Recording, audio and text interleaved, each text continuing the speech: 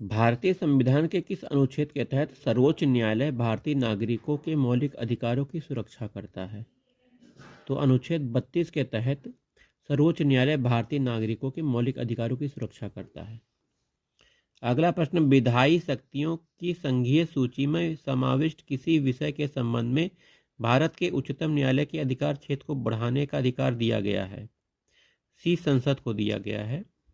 संविधान के अनुच्छेद 138 के तहत संसद विधि द्वारा उच्चतम न्यायालय के आधिकारिकता तथा शक्तियों में वृद्धि कर सकती है। अनुच्छेद 138 खंड 1 के अनुसार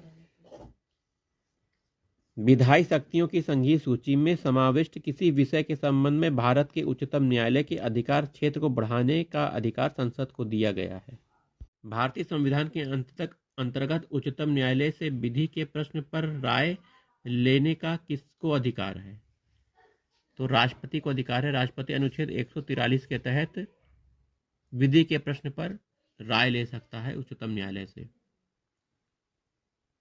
उच्चतम न्यायालय और उच्च न्यायालय के न्यायाधीशों की नियुक्ति तथा स्थानांतरण के लिए परामर्श प्रक्रिया के संबंध में राष्ट्रपति ने उच्चतम न्यायालय को एक अभिदेशन किया है। बी, खंड 1 अनुच्छेद 143 के अंतर्गत।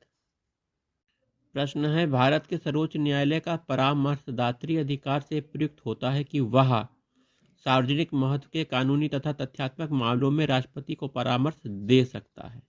ए आंसर आपका सही है। राज्य मानव अधिकार आयोग के अध्यक्ष और सदस्यों की नियुक्ति निम्नलिखित में से किसके द्वारा की जाती है? राज्यपाल के द्वारा राज्य मानव अधिकार आयोग के अध्यक्ष और सदस्यों की नियुक्ति की जाती है।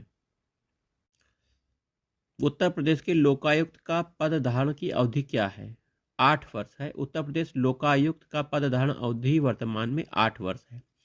उत्तर प्रदेश लोकायुक्त उप लोकायुक्त अधिनियम 1975 के तहत लोक आयुक्त उप लोकायुक्त के पद धारण की अवधि उसके पद धारण करने की तिथि से 6 वर्ष निर्धारित थी, लेकिन 2012 में उत्तर प्रदेश लोकायुक्त उप लोकायुक्त संशोधन अधिनियम 2012 के तहत इनकी पद धारण अवधि को 6 वर्ष से बढ़ाकर 8 वर्ष कर दिया गया है।